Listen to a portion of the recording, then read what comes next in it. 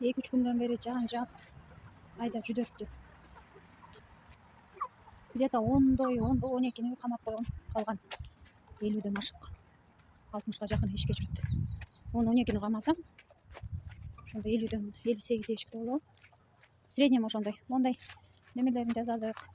Кем жегичтеринчи. Бойлору өсүп калгандан кийин жазадык. Жакшы экен. Суу болбойт, анан жаан жааса да ичине эле суу толо берип. Немелер жемдер суу болбойт экен. Жакка да жатып алыштыр. Малина тергени бар атабыз да. Мен кичине акча иштеген экенмин ушу YouTube берки каналданчы. Орусча үйрөткөн. Ошол каналдан иштеген акчама кичине неме сатып алдым эле, жандай селфи палка деп коет го. Ой, эптей албай атам. Жакшы иштете албай атам. Мындай ящиктерин таштап кетет. Азыр чоң таштап калдым, мурда кичинекей ящиктерди таштачу. Чотто эртеби деп атам да. Так, суу экен да дагы эле. Жалбырактар суусу кеткенден кийин терейин кыздар. Тербей калдым. Так, аябай суу. Бүгүн октябрдын 4-бү 5-бү числонда эле бийбей калдым.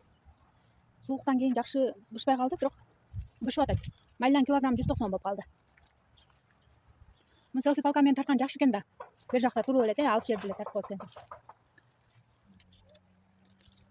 Баягы каминемеде видеодо деле айттым го. Малина тергендер малина жегиси келбей калат экен. Мен антпай койдум го. Мен даже сатпай ушунун баарын жеп койгум келет. Баары кап-кара сонун болуп чыккандачы. Ушундай. Быйыл көбөйтсөмбү деп аттым эле. Чото көбөйтө албагалым окшойт.